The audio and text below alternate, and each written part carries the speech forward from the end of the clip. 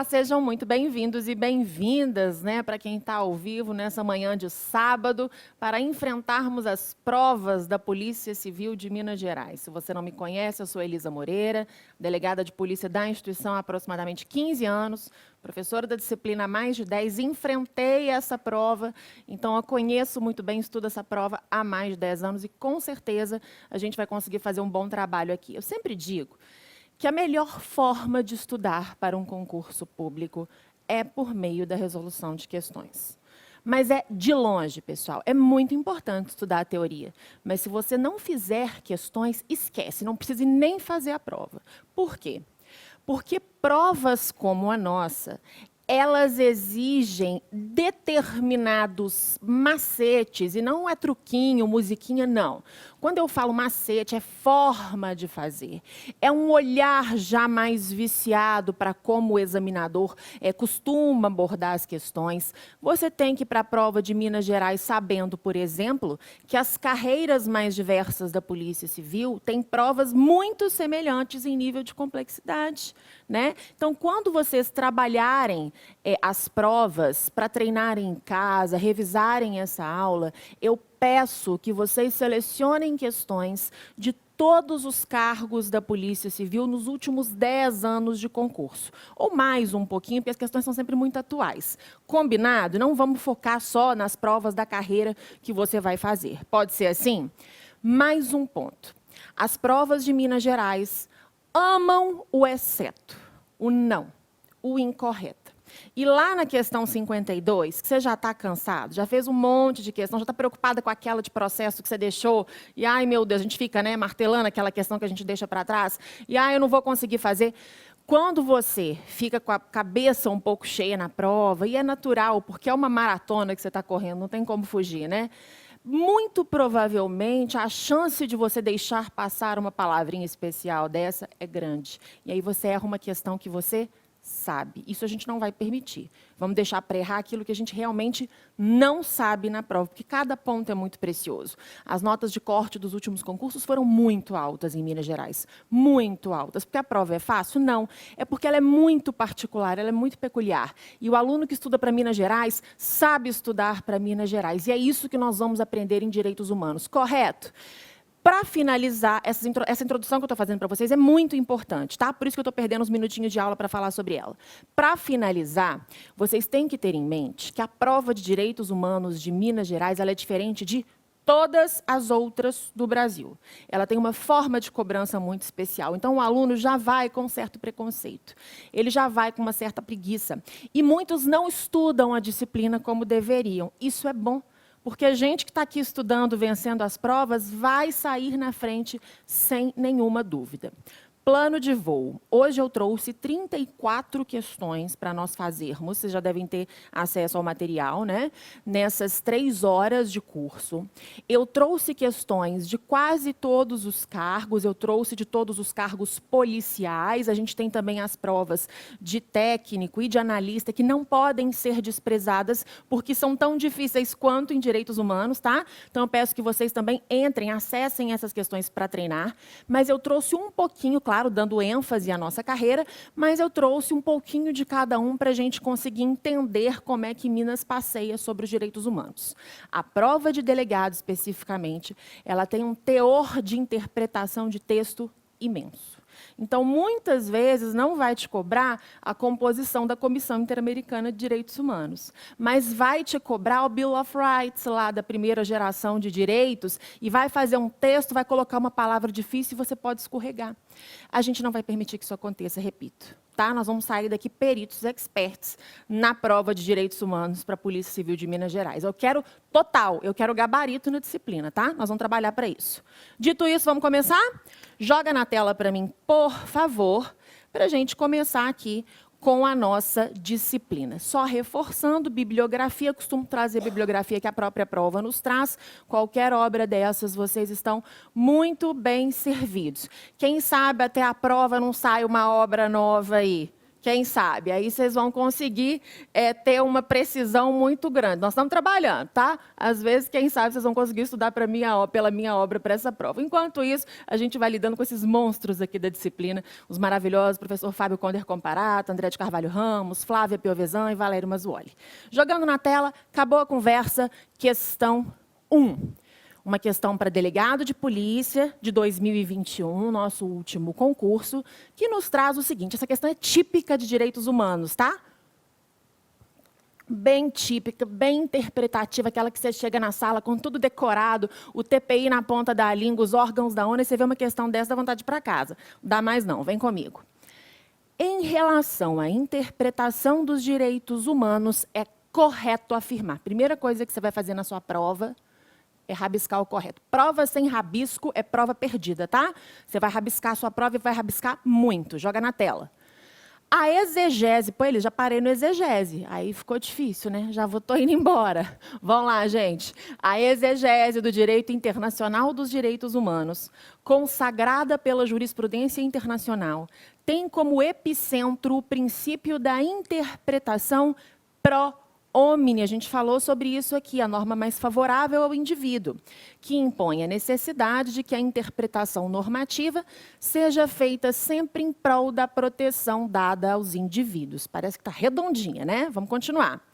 Na hipótese de dúvida na interpretação de qual norma deve reger determinado caso, impõe-se que seja utilizada a norma de origem internacional, haja vista que, após o reconhecimento do indivíduo como sujeito de direito internacional, o aspecto protetivo desse ordenamento se sobrepõe ao direito interno. Estranha. C. O princípio da interpretação autônoma consiste em assegurar às disposições convencionais seus efeitos próprios, evitando-se que sejam consideradas meramente programáticas. E D.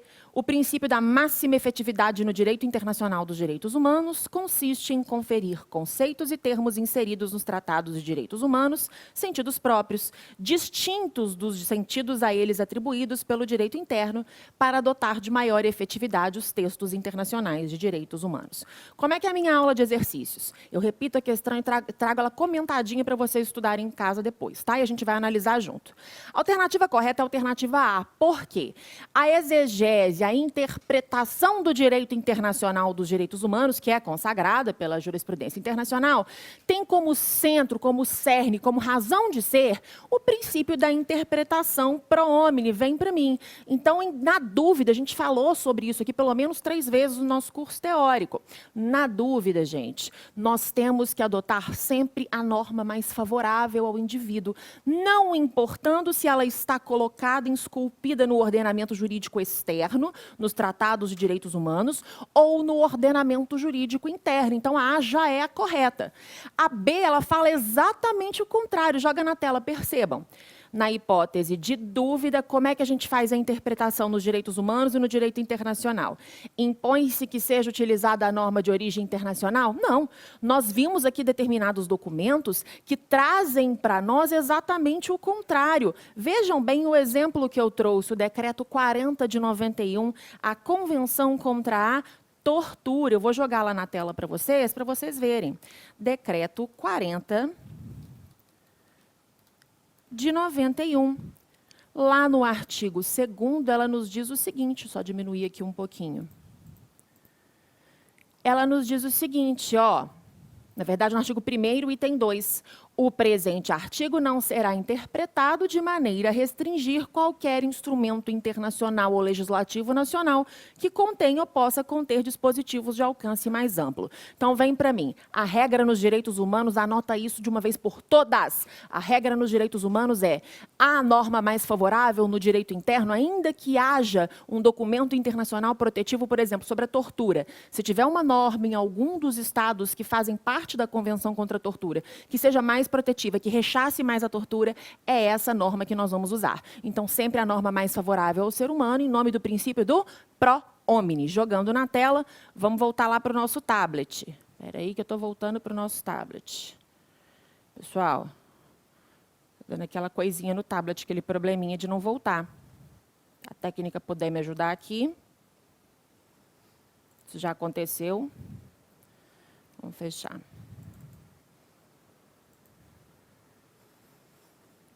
Pronto. C. O princípio da interpretação autônoma consiste em assegurar às disposições convencionais seus efeitos próprios, evitando-se que sejam consideradas meramente programáticas. Na verdade, a definição que está aqui não é sobre a interpretação autônoma, está a definição de máxima efetividade. Então, a C e a D estão com conceitos trocados. O que é, pessoal? O princípio da interpretação autônoma. Ele traz a noção de que os tratados de direitos humanos eles podem possuir sentidos próprios, diferentes daqueles sentidos que estão esculpidos, colocados na legislação interna, no direito interno. Já o princípio da máxima efetividade, previsto lá no item D, na linha D, na alternativa D, nos traz o seguinte: a ideia da máxima efetividade. Pensem nessa noção. Máxima efetividade. Maior proveito do seu titular com mínimo sacrifício. Máxima, o nome é explicativo, né? Autoexplicativo. A máxima efetividade. O maior proveito do seu titular com mínimo de esforço, com mínimo de sacrifício. Está tudo explicadinho para vocês poderem estudar em casa. Eu vou dar acesso a vocês a esse arquivo que eu acho que vai ajudar bastante para revisar para a prova, tá? Jogando na tela, vamos lá para a nossa questão 2. Em relação ao direito internacional dos direitos humanos, da mesma prova, em delegado de polícia, último concurso, e a redefinição da cidadania no Brasil, não é correto afirmar. Aqui a gente quer a incorreta, tá? Então, quer saber sobre a relação entre o direito internacional dos direitos humanos e a redefinição da cidadania no Brasil. Quando houve essa redefinição da cidadania no Brasil, gente? Com a Constituição de 88. Com a Constituição de 88, nós tivemos a nossa nova Carta Constitucional, que trouxe novas ideias, novas sensações de pertencimento ao indivíduo. Então, como é que se deu pós-Constituição, traduzindo a pergunta, como é que se deu pós-Constituição de 88 essa relação entre o direito internacional e a Constituição e o direito interno e as normas, os programas colocados a nós pela nossa Constituição? Joga na tela. A gente quer a incorreta, lembra disso, tá? A. O desconhecimento dos direitos e garantias internacionais importa no desconhecimento de parte substancial dos direitos da cidadania, por significar a privação do exercício de direitos acionáveis e defensáveis na arena internacional. B. O direito internacional dos direitos humanos vem instaurar o processo de redefinição do próprio conceito de cidadania no âmbito brasileiro, seja em face da sistemática de monitoramento internacional que proporciona, seja em face do extenso universo de direitos que assegura. C. Os direitos internacionais integram o universo impreciso e indefinido dos direitos implícitos, decorrentes do regime ou dos princípios adotados pela Constituição, o que limita em parte o exercício da cidadania no Brasil. Será que o direito internacional limita o exercício da cidadania? Precisa ter estudado direitos humanos a fundo para conseguir acertar uma questão dessa? Não, gente, é porque a questão ela é rebuscada, ela te leva ao desespero. Você vai começando a ler e fala, meu Deus, cadê a composição da ONU? Não estou vendo decoreba. A prova de Minas não é assim, meus amigos. A composição da ONU ela vai estar no meio de uma questão, de uma alternativa, por isso que tem que estudar o beabá, o feijão com arroz. Mas a prova de Minas traz uma dessa. Mas é uma questão difícil? De jeito nenhum. Volta para ela. D. Pode-se afirmar que a realização plena e não apenas parcial dos direitos da cidadania envolve o exercício efetivo e amplo dos direitos humanos, nacional e internacionalmente assegurados. Exatamente, eu trouxe para ilustrar para vocês um trecho aqui da professora Flávia Piovesan para nos mostrar por que a alternativa C é a alternativa incorreta. As outras são mesmo autoexplicativas, né? Olha só, dá uma olhadinha aqui nesse trecho que eu separei na alternativa C. Há que ser também afastada a frágil argumentação de que os direitos internacionais integrariam o universo impreciso e indefinido dos direitos implícitos, decorrentes do regime ou dos princípios adotados pela Constituição. Ainda que não explícitos no texto constitucional, ou seja, ainda que esses direitos internacionais não estejam colocados, postos no nosso texto especificamente, os direitos internacionais são expressos, bastando para tanto a menção aos dispositivos dos tratados internacionais de proteção dos direitos humanos, que demarcam um catálogo claro, preciso e definido de direitos. Em suma, todos esses argumentos se reúnem no sentido de endossar o regime constitucional privilegiado conferido aos tratados de proteção de direitos humanos. Regime este semelhante ao que é conferido aos demais direitos e garantias constitucionais. Não porque que a C está errada, está equivocada, pessoal. Os direitos internacionais integram o universo impreciso e indefinido dos direitos implícitos, decorrentes do regime dos princípios adotados pela Constituição? Não. A primeira parte já está errada, porque a gente sabe que são direitos explícitos. A gente sabe que a Constituição ela tem essa obrigação de adotar aquilo, artigo 5º, parágrafo 2º, por exemplo, aquilo que está colocado nos documentos externos, aquilo que vem da ordem internacional. E mais, a alternativa C está errada, porque os direitos internacionais, os direitos humanos, em outra escala, não limitam o exercício da cidadania no Brasil, muito ao contrário. Ele só vem para fortalecer, só vem para robustecer o rol de direitos que a nossa Constituição já traz. Então, alternativa incorreta, portanto, o nosso gabarito é a alternativa C. Eu esqueci de marcar aqui, né? Vamos lá, marcar as outras também. Questão 3. Mesma prova. A respeito do Tratado de Marrakech sobre acesso facilitado a obras publicadas, não é correto afirmar. Aqui eu vou fazer uma parte antes da gente entrar na questão. Pessoal, 2021, nós tínhamos apenas 3 documentos incorporados ao ordenamento jurídico brasileiro com o status de emenda constitucional, certo? A Convenção sobre os Direitos das Pessoas com Deficiência, o protocolo facultativo a essa convenção e o Tratado de Marrakech, o Decreto 9522 de 2018. A Convenção Interamericana contra o Racismo, a Discriminação Racial e Formas Correlatas de Intolerância, ela vem com o Decreto 10932 de 2022, em janeiro de 2022. Então, ela não era nosso objeto de contemplação, tinha nem sido ratificada, porque ela foi ratificada em maio de 2021. Não era o nosso objeto de contemplação para a prova. Então, qual era o frescor, a novidade para o concurso de 2021? O Tratado de Marrakech. Se a gente observar essa lógica, a prova de Minas é uma prova muito previsível, no bom sentido, que é uma prova linear, uma prova que a gente sabe o que esperar, eu acredito, eu falei isso nas aulas do módulo teórico, também eu acredito verdadeiramente, tanto é que eu trouxe um bloco para falar só sobre isso, na Convenção Interamericana contra o Racismo, como questão de prova, tá? De alguma forma. Mas vamos voltar lá para o Tratado de Marrakech, o Decreto 9522 de 2018, que nas aulas teóricas eu mencionei para a turma, eu falei assim, ó, dá uma lida, a gente não pegou um bloco para falar sobre ele, mas dá uma lida para a gente dar uma olhada, tá? Ainda que você não tenha lido, ainda que você não tenha estudado isso aqui comigo, é uma questão que a gente vai conseguindo fazer por eliminação. Devagarzinho a gente consegue chegar à resposta correta. Quer ver? Joga na tela. O que a gente quer? Não, né? É o incorreto. A.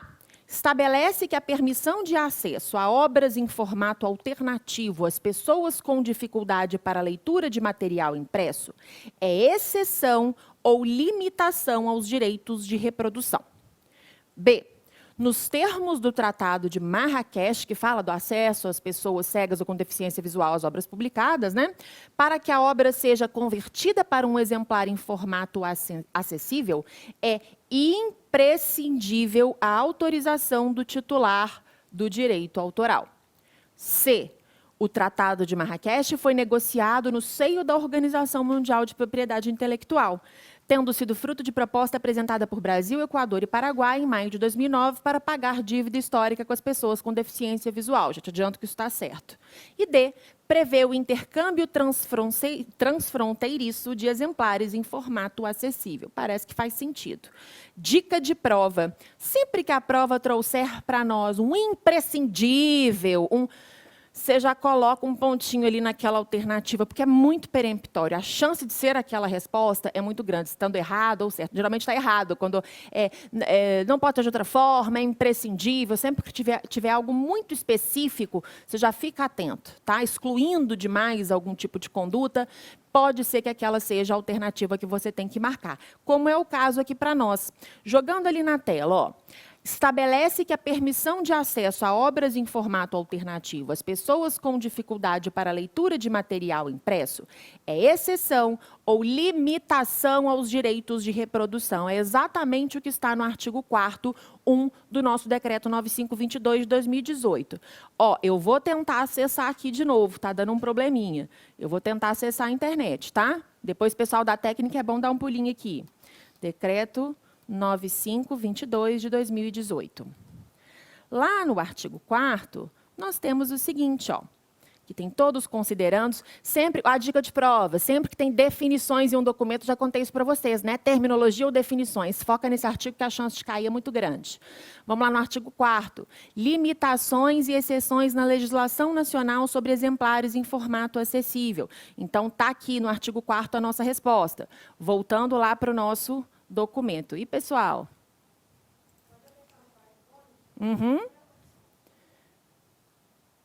Aqui. Joia. Pessoal de casa, no intervalo a gente vai solucionar isso num comando direto, tá? Para vocês não perderem tempo, peço desculpas. Mas a gente vai lidando aqui da forma que é possível. Então, no artigo 4º, a gente tem a resposta. No B, está errado. Por quê? Olha só, para que a obra seja convertida para um exemplar em formato acessível, é imprescindível a autorização do titular do direito autoral. Não tem isso. Está no artigo 4º, 2A2. Vamos lá novamente na internet. Estou tendo que abrir de novo o documento, inclusive. Vamos lá. Artigo 4º, 2A2. Olha só. Uma parte contratante poderá cumprir o disposto no artigo 4º para todos os direitos nele previstos, mediante estabelecimento de uma limitação ou exceção em sua legislação nacional de direitos de autor, de tal forma que a obra seja convertida para um exemplar em formato acessível, o que pode incluir quaisquer meios necessários para consultar a informação nesse formato, mas não a introdução de outras mudanças que não as necessárias para tornar a obra acessível aos beneficiários. Vem comigo numa coisa aqui, ó, volta aqui na tela para mim. Nas alternativas que nós estudamos dessa questão, qual é a alternativa que limita, a gente tem que pensar assim numa questão de direitos humanos, que limita, que dificulta o acesso às obras, além do imprescindível? A B, que fala, ó, eu vou precisar de uma autorização para... Não, a ideia é ampliar esses direitos. Então, não sabe a resposta da questão, seja ela qual for, o que você vai focar? Qual é a alternativa que dificulta os direitos humanos? Ou, em outra interpretação, que favorece uma violação. Pensa nisso. Gente, cai um documento, Minas às vezes traz umas zebras, um documento que nunca ninguém leu. Então, traz ele e você fala, pera, já perdi a questão. Não perdeu, não. Vai com a doutrina dos direitos humanos, com a máxima efetividade, por isso que eu trouxe aquela questão como primeira, o pro homine, e fala, o que aqui limita os direitos humanos? Qual dessas alternativas limita mais? Ou o que viola os direitos humanos se a gente autorizar? Ou existe uma palavra bem peremptória aqui que atrapalha o gozo desses direitos? Pensa nisso que a chance de você acertar a questão é muito grande, tá? Voltando aqui para a tela, vamos voltar lá para o nosso PowerPoint.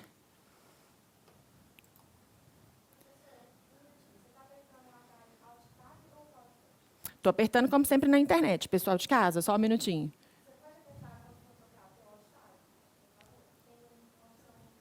Vamos tentar. Mas aí tem várias telas aqui. No intervalo, a gente vê para o pessoal de casa, a gente vai demorando assim, mas na segunda parte da aula vai ficar bem mais dinâmico, a gente pede desculpas. Vamos lá, jogando na tela. Voltando nas alternativas. Olha a C, foi ratificada pelo Estado brasileiro e possui status de norma constitucional. Espera aí.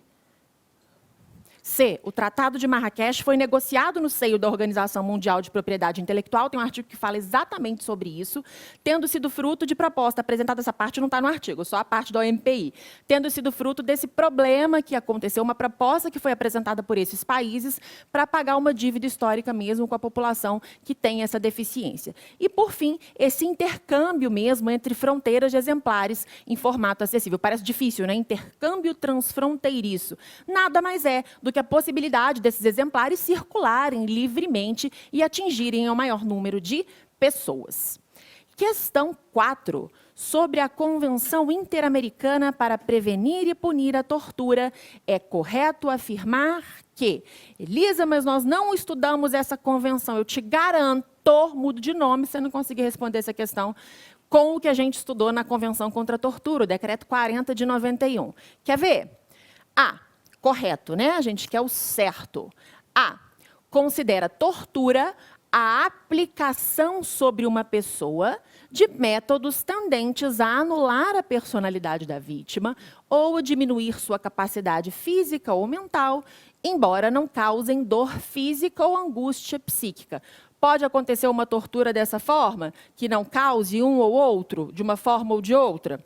B, estabelece que casos de tortura ocorridos no território dos Estados-partes da Convenção podem ser apreciados por instâncias internacionais, independentemente de esgotamento das instâncias internas em razão da gravidade do crime de tortura. Já corta para mim.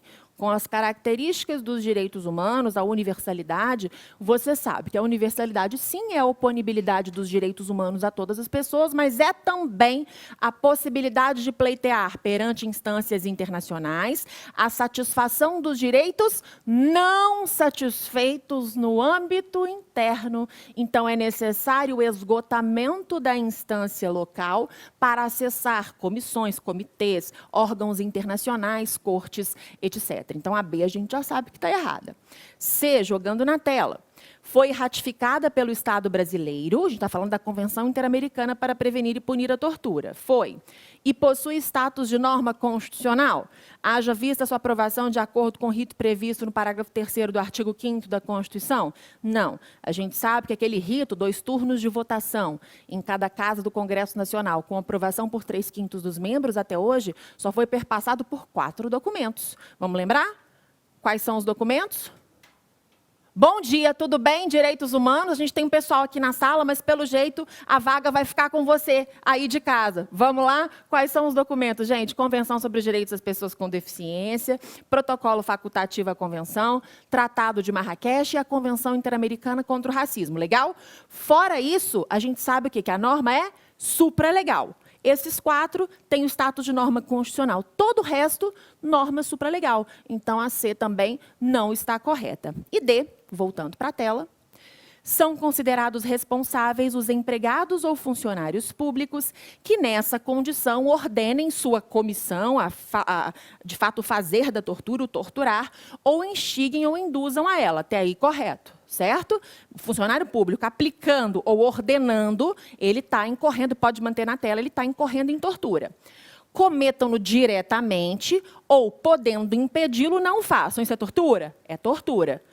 Excluindo a responsabilização daqueles que agiram por determinação de superior hierárquico. Então, você vai sendo levado pela alternativa, no final, ela te leva para o buraco, e não vamos permitir isso, porque a gente sabe, lá da Convenção contra a Tortura, não é a interamericana, mas não seria razoável no pensamento dos direitos humanos que nós admitíssemos que ordens hierárquicas, ordens superiores, fossem excludentes para a tortura. Então, já sabemos, não se admite a tortura. A vedação à tortura ela é, inclusive, absoluta, como exceção à limitabilidade dos direitos humanos. A tortura ela não é possível em nenhum documento internacional, não é possível prevê-la em nenhum documento internacional. Vamos nos lembrar disso. Ah, mas foi com ordem superior. Ah, mas foi por conta da teoria do cenário da bomba relógio, terrorismo. Não importa. Não existem justificativas para a prática da tortura. Lembra disso que vocês vão matar um monte de questão de prova, tá? Então, jogando aqui na tela para vocês, o que a gente tem como correta? Ah, vamos relembrar. Considera tortura a aplicação sobre uma pessoa de métodos tendentes a anular a personalidade da vítima ou diminuir a sua capacidade física ou mental, embora não causem dor física ou angústia psíquica. Sim, ainda que isso não cause esse resultado na vítima, se esses métodos forem impingidos com esse dolo, com essa necessidade, com essa vontade da aplicação da tortura, isso acontecerá, isso será classificado como tortura, tá? Então, a nossa alternativa correta é a alternativa A. Maravilha? Vem para mim, para a gente não cortar. No próximo bloco a gente continua. Vamos continuando. 5. A Constituição, essa questão é uma questão polêmica, tá? É uma questão que ninguém gostou dela, não foi anulada nesse concurso. Eu também tenho uma birrinha com ela, mas a gente vai desfazer aquilo para vocês saberem, gente, vem para mim que nem sempre a vida não é justa. Se a vida fosse justa, o TikToker lá, que nasceu ontem com 16 anos de idade, estava aí ralando, né, às 6 horas por dia que você está no seu concurso e vai, e você já tinha sido aprovado, tá? Então aprendam, a vida não é justa, a gente já aprendeu isso, você vai aprender isso todos os dias na carreira de delegado de polícia, porque, infelizmente, injustiças acontecem e a gente está aqui para minimizar esse tipo de situação. Brincadeiras à parte, essa questão foi uma questão muito ventilada, essa questão foi uma questão muito criticada, e eu tendo a concordar com as críticas, porque existe, né, uma outra alternativa que talvez se encaixe bem como resposta. Também concordo que existe uma mais correta. Por quê? Porque nós temos um texto constitucional que nos traz isso de forma absoluta. Existe um artigo específico, um parágrafo específico, que não vai nos trazer a resposta. Mas existe uma outra alternativa que também está correta. Mas a questão não foi anulada. Então, é só para trazer isso para vocês. Na dúvida, para você não passar raiva na sua prova, ainda que você tenha acertado, né, incidentalmente, preste atenção no seguinte: você sempre, havendo uma previsão legislativa na qual você possa se amparar, você sempre vai marcar aquela que está na previsão legislativa.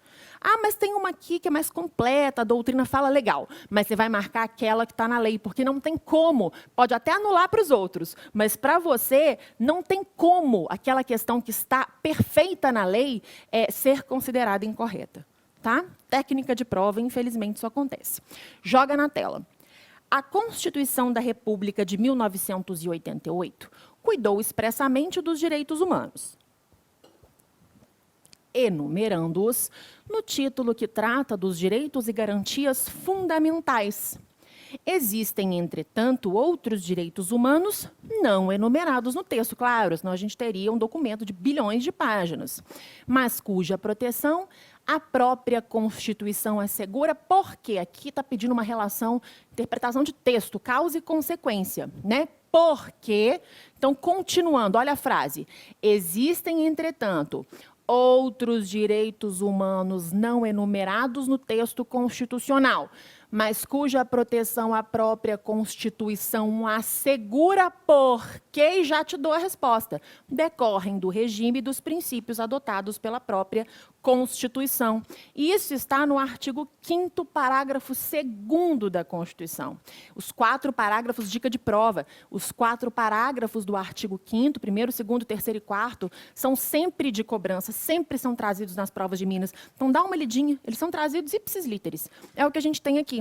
Então, o artigo 5º, parágrafo 2º, nos diz que os direitos e garantias expressos nesta Constituição não excluem outros decorrentes do regime e dos princípios por ela adotados ou dos tratados internacionais em que a República Federativa do Brasil seja parte. Então, tem a causa e consequência certinha, texto de lei. Lembra da questão como é?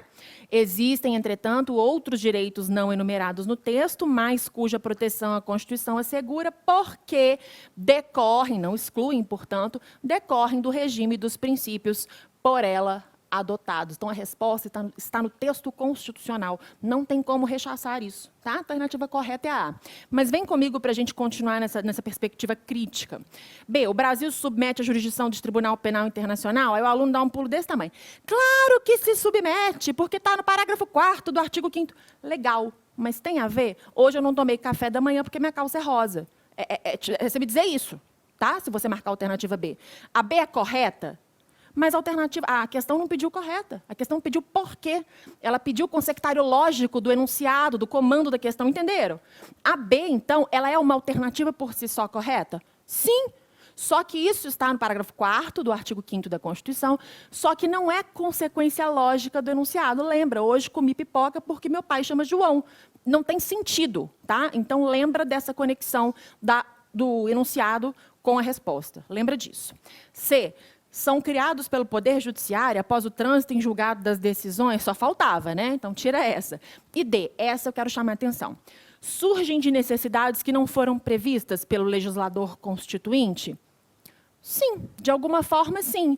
Então, existe uma consequência lógica. Quando a gente fala que os direitos humanos não existem outros direitos humanos não enumerados no texto, mas que a Constituição prevê a proteção de forma genérica, porque não tem como prever tudo. Em regra, é o que está na D, né? Surgem de necessidades que não foram previstas pelo legislador constituinte. Eu acho que essa alternativa está correta. Eu acho não. Eu tenho certeza que ela está correta. Só que a gente tem uma que é mandamento constitucional. Então, a gente vai na alternativa A. Tá?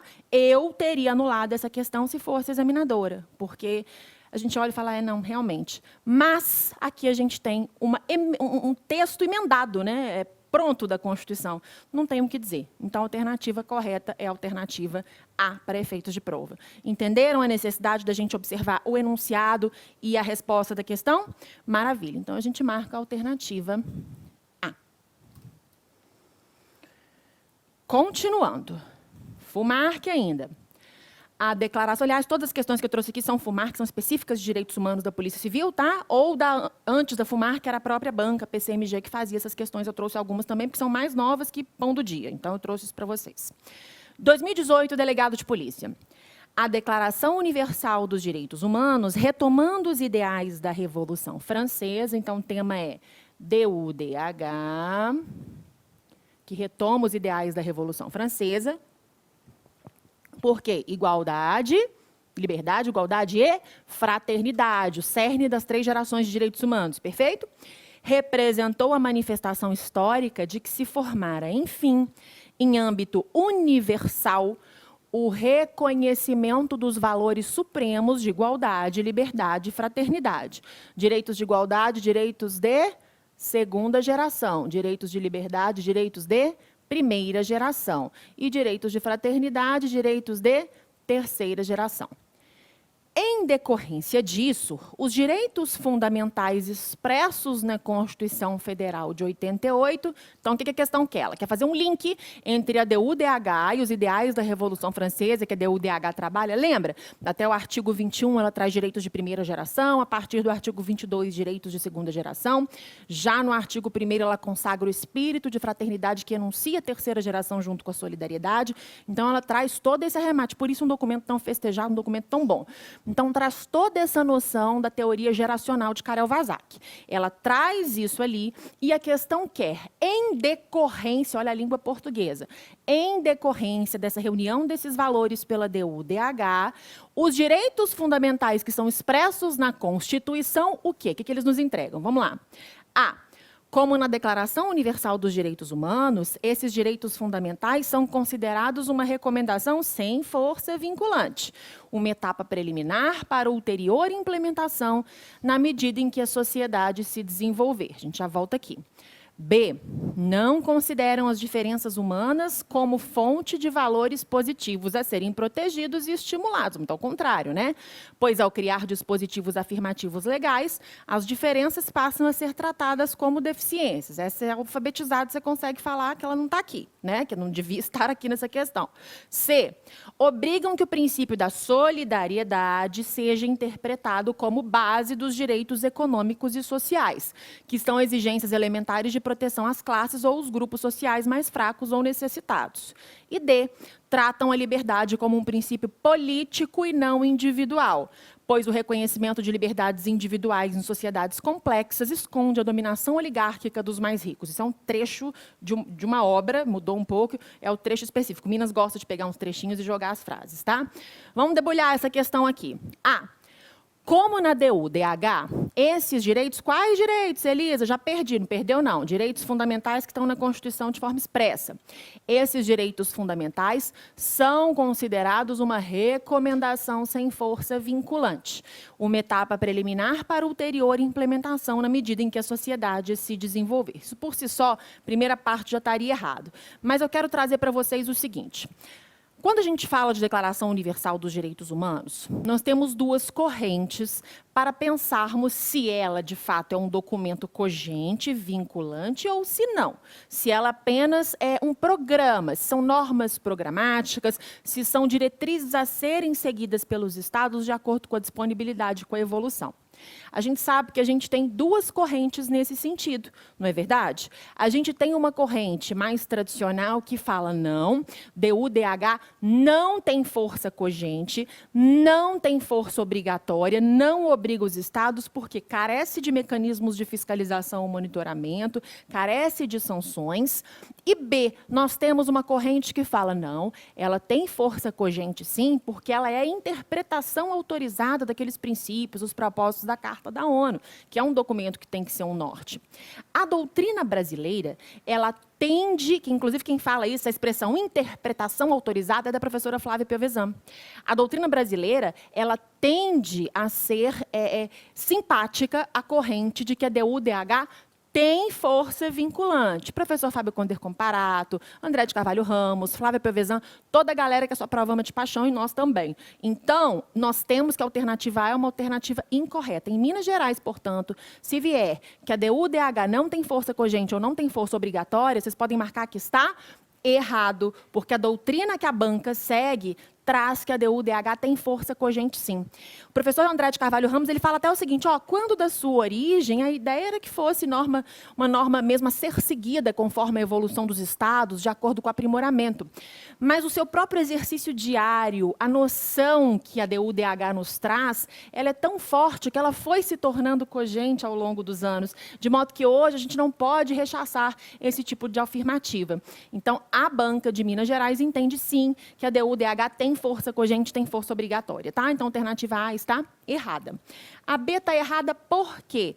Não consideram as diferenças humanas como fonte de valores positivos, tratando diferenças como deficiências?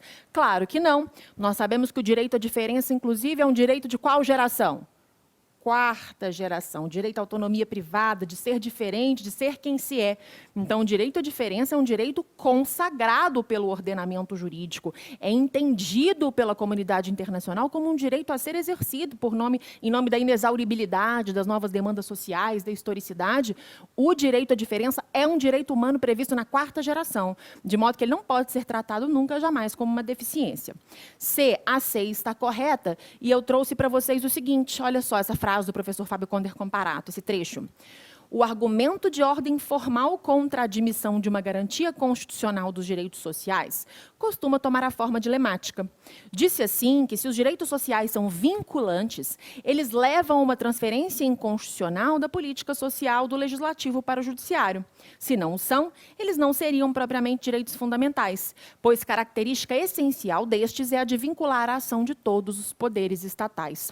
Por que o princípio da solidariedade, além de estar no artigo 1º, inciso 3 da Constituição, eu troquei aqui? Acho que eu troquei, sim, exatamente. Acho que é artigo 1º, inciso 3 da Constituição.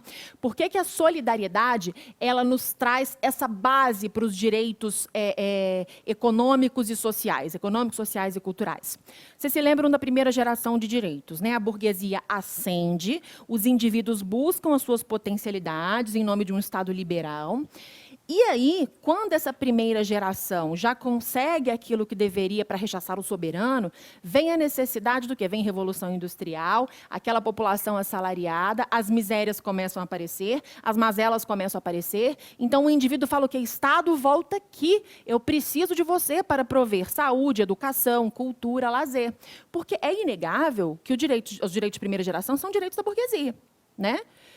E essa população que perdeu a prestação do Estado, quando a burguesia fala Estado não haja, não faça, vem a segunda geração de direitos falando Estado volte ao Estado social de direito, Estado welfare state, né? Venha Estado, eu preciso que você seja provedor, eu preciso que você me dê saúde, educação, lazer, cultura, segurança pública. É isso. Então, a solidariedade, ela é um fator, um vetor muito importante aos direitos de segunda geração. Olha só, jogando aqui na tela, para vocês verem o finalzinho da alternativa. São exigências elementares de proteção às classes ou grupos sociais mais fracos ou necessitados. Então, a alternativa C está corretíssima. Combinado? Por isso que eu falo, gente, na primeira aula, quando a gente tem o módulo teórico, por isso que eu falo, não vai estudar nada de direitos humanos, estuda o quê? estuda gerações, está vendo a diferença disso na sua prova? Estuda gerações de direitos, estuda características de direitos, estuda as normas básicas dos direitos humanos, porque você consegue interpretar as questões, principalmente numa prova de Minas. Se fosse uma prova bem decorebinha, se fosse uma prova muito pá, tem uma questão ou outra, sim, tem, mas se fosse uma prova bem tópica, aí não daria para a gente trabalhar nesse sentido, mas como é uma prova de um teor intelectual um pouco mais elaborado aqui, não tem muito como fugir, tá? Tem que estudar a parte inicial dos direitos humanos de forma bem forte, de forma bem marcante. Jogando na tela, vamos para a nossa questão 7, universalismo e relativismo. A concepção universal dos direitos humanos, demarcada pela Declaração Universal dos Direitos Humanos, sofreu e sofre fortes resistências dos adeptos do movimento do relativismo cultural. Retoma-se dessa forma o velho dilema sobre o alcance das normas de direitos humanos. Associa abaixo as características intrínsecas a essas concepções. Então, a gente tem uma concepção universalista e uma concepção relativista. Jogando para mim. Universalismo e relativismo. Quando estudamos o processo de internacionalização dos direitos humanos, que tem o seu marco em 1945, no pós-Segunda Guerra, estão lembrados? No pós-Segunda Guerra Mundial, na criação da ONU, a gente começa a pensar qual o teor dessas normas de direitos humanos? Para onde elas devem caminhar? Elas devem caminhar para serem normas que se pretendam atender o maior número de estados e de pessoas, né, normas mínimas razoáveis ao maior número de nações, ou a gente tem que focar nas peculiaridades culturais de cada região. Eu sempre trago, né, o exemplo, em alguns locais, né, antes a gente falava tribo hoje é um conceito que é questionado pela doutrina, mas a despeito dessa discussão, em algumas tribos africanas existem demonstrações de bravura por parte das mulheres, em que existem cerimônias públicas, em que elas são colocadas em fila e uma mulher mais velha, considerada mais sábia, faz a cerimônia de extirpar o clitóris dessas mulheres com uma lâmina, sem nenhum tipo de anestesia, porque isso primeiro que retira, né, o direito ao prazer da mulher, né, colocando-a apenas como reprodutora, ela seria uma mulher mais virtuosa. Então, existe isso com o quê? Baseado na cultura. E baseado na cultura, muitos absurdos foram cometidos, né? As chinesas que tinham pés maiores, os pés são enfaixados de modo a deformar os dedos, porque não é sinônimo de feminilidade. Uma série de questões, né? O alongamento dos pescoços das mulheres na África, né? Quanto mais alongado, seria visto como uma mulher mais virtuosa, mais sábia. Enfim, a gente tem diversas práticas no mundo, né, que são justificadas, eram, né, justificadas com base no relativismo cultural. Olha, respeite a minha cultura, respeite a minha ancestralidade, que a gente consegue caminhar bem. Só que, em muitos momentos, a gente precisa mesmo respeitar a cultura, a ancestralidade, porque eu não tenho ferimento de outros direitos. De modo que a doutrina hoje tende a acreditar no universalismo cultural, né, no universalismo como uma perspectiva cultural mais interessante. São regras mínimas que pareçam razoáveis a todas as pessoas, ao maior número de pessoas. Então, a gente tem o universalismo e o relativismo cultural. E a banca pede para você relacionar. Nas provas de Minas, antigamente, isso era mais frequente. Tinha muita questão assim, de coluna. Para se relacionar com os parênteses. Apareceu nos últimos concursos, não sei se foi para técnico, para um outro cargo, apareceu uma outra função ali, apareceu uma questão assim. Hoje não é tanto tendência, mas aqui é uma ótima questão para a gente revisar. Tá? Joga na tela, pronto. Vamos lá, já trouxe até para vocês... Fica mais didático aqui para vocês visualizarem. Olha a primeira. Flexibiliza as noções de soberania nacional e jurisdição doméstica ao consagrar olha a chave da resposta, parâmetro internacional mínimo relativo à proteção dos direitos humanos aos quais os Estados devem se conformar. Quando a gente começa a ler a alternativa, né, flexibiliza as noções de soberania e jurisdição doméstica. Flexibiliza, você fala, poxa, relativismo. Calma, flexibiliza as noções de soberania de cada Estado. É o contrário. A prova ela é bem construída demais nessas pegadinhas linguísticas. Então, o que ela está fazendo? Que se ele flexibiliza, você fala, relativismo, bora. Não, cuidado. Flexibiliza a soberania para que a gente possa ter uma massa, um todo, que pense de forma parecida para evoluirmos com os direitos humanos. Parâmetro internacional mínimo. É o quê? Uma expressão do universalismo. Segunda alternativa, a noção de direito está estritamente relacionada ao sistema político, econômico, cultural, social e moral vigente em determinada sociedade? Fica fácil de responder. Relativismo. Terceira afirmativa. Cada cultura, aqui a gente já tende a marcar o relativismo, vamos ver se é isso mesmo, tem seu próprio discurso acerca dos direitos fundamentais, que está relacionado às específicas circunstâncias culturais e históricas de cada, não é casa, de cada sociedade. Relativismo. E, por último, o pluralismo cultural impede a formação de uma moral universal. Já matamos, a gente sabe que é relativismo. Tornando-se necessário que se respeitem as diferenças culturais apresentadas em cada sociedade. Então, a gente tem 1, 2, 2, 2, alternativa C. Muito cuidado com esse discurso de que nós temos um pluralismo cultural, diversas culturas, então tem que respeitar as diferenças. Isso foi usado historicamente como mote, como razão de ser de muitas barbáries, né? Então, tomem cuidado com essa argumentação voltada à questão das diferenças culturais. As diferenças culturais devem ser respeitadas, desde que não firam os direitos humanos. Por isso, a gente fala que os direitos humanos são o quê? Relativos, limitáveis, sopesáveis no caso concreto, e devem ser ao sabor técnico-jurídico, claro, do seu julgador, do seu avaliador, de vocês, futuros delegados de polícia, devem ser objeto de ponderação, tá? Não se esqueçam, por isso a importância de estudar as características dos direitos humanos. Jogando na tela, vamos continuar, ainda sobre DU/DH. Em DU/DH, gente, a Polícia Civil de Minas Gerais, as bancas, né, que sempre nos prestigiam, adoram falar de história. Muito mais do que os dispositivos em si. A gente tem algumas provas, né, que gostam de recortar, falar dos arbitrariamente lá da vida, tirar um artigo, colocar. Em Minas, normalmente, as questões sobre DU/DH, elas trazem um viés histórico, elas trabalham a natureza jurídica, elas trazem a sua formação, e é isso que a gente vai estudar nessa questão, a relação da DU/DH com a Constituição e com outros documentos internacionais. Vejam aqui a questão 8. A Declaração Universal dos Direitos Humanos, que é o nosso tema da questão, pode ser caracterizada, primeiramente, por sua amplitude, compreendendo, embora sejam só 30 artigos, é extremamente ampla, né? Compreendendo um conjunto de direitos e faculdades sem as quais um ser humano não pode desenvolver sua personalidade física, moral e intelectual. Em segundo lugar, pela universalidade, aplicável a todas as pessoas, a característica da universalidade, de novo na nossa prova, aplicável a todas as pessoas de todos os países, raças, religiões e sexos, seja qual for o regime político dos territórios nos quais incide. Então, a ideia de ser uma perspectiva universal, o próprio nome nos diz, Declaração Universal dos Direitos Humanos. Assinale abaixo a assertiva que é contrária, então, que era errada ao enunciado acima. A. Como uma plataforma comum de ação, ou seja, um documento. O que é plataforma, gente? Onde as pessoas se assentam, onde as coisas se assentam. Então, onde os estados devem se assentar para focarem as suas posturas. Como uma plataforma comum de ação. A declaração foi adotada em 10 de dezembro de 48, isso a gente já sabe, Resolução 217-A3 de 10 de dezembro de 48, Resolução da Assembleia Geral da ONU, perfeito?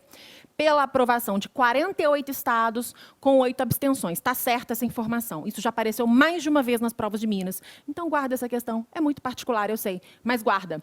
48 estados, com 8 abstenções. B. Objetiva delinear uma ordem pública mundial fundada no respeito à dignidade da pessoa humana para orientar o desenvolvimento, você está quase marcando, você fala, está certinho, desenvolvimento de uma raça humana superior. Quando a gente, o professor até arrepia, quando você ouve raça humana superior, qual é a primeira palavra que vem na sua cabeça? Uma só.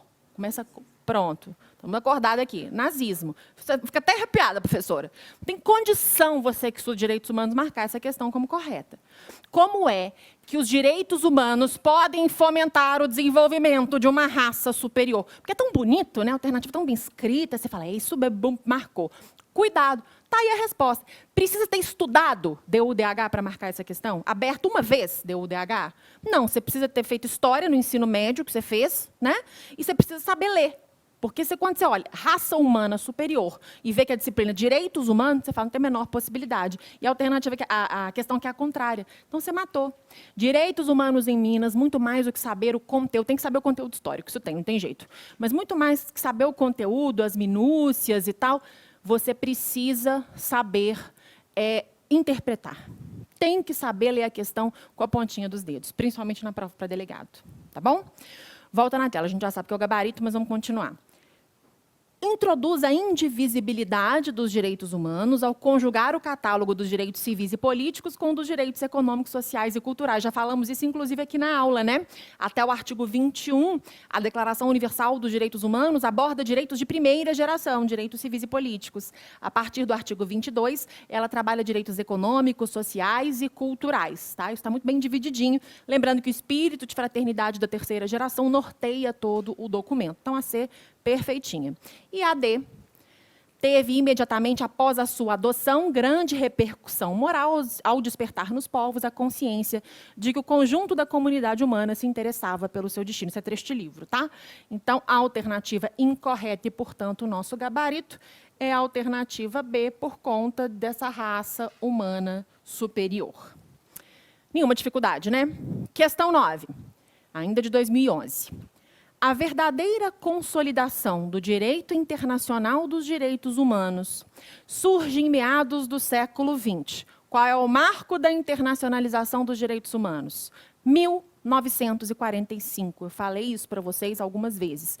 1945. Então, a alternativa está trazendo exatamente isso. A alternativa não, o enunciado está trazendo exatamente isso para nós, certo?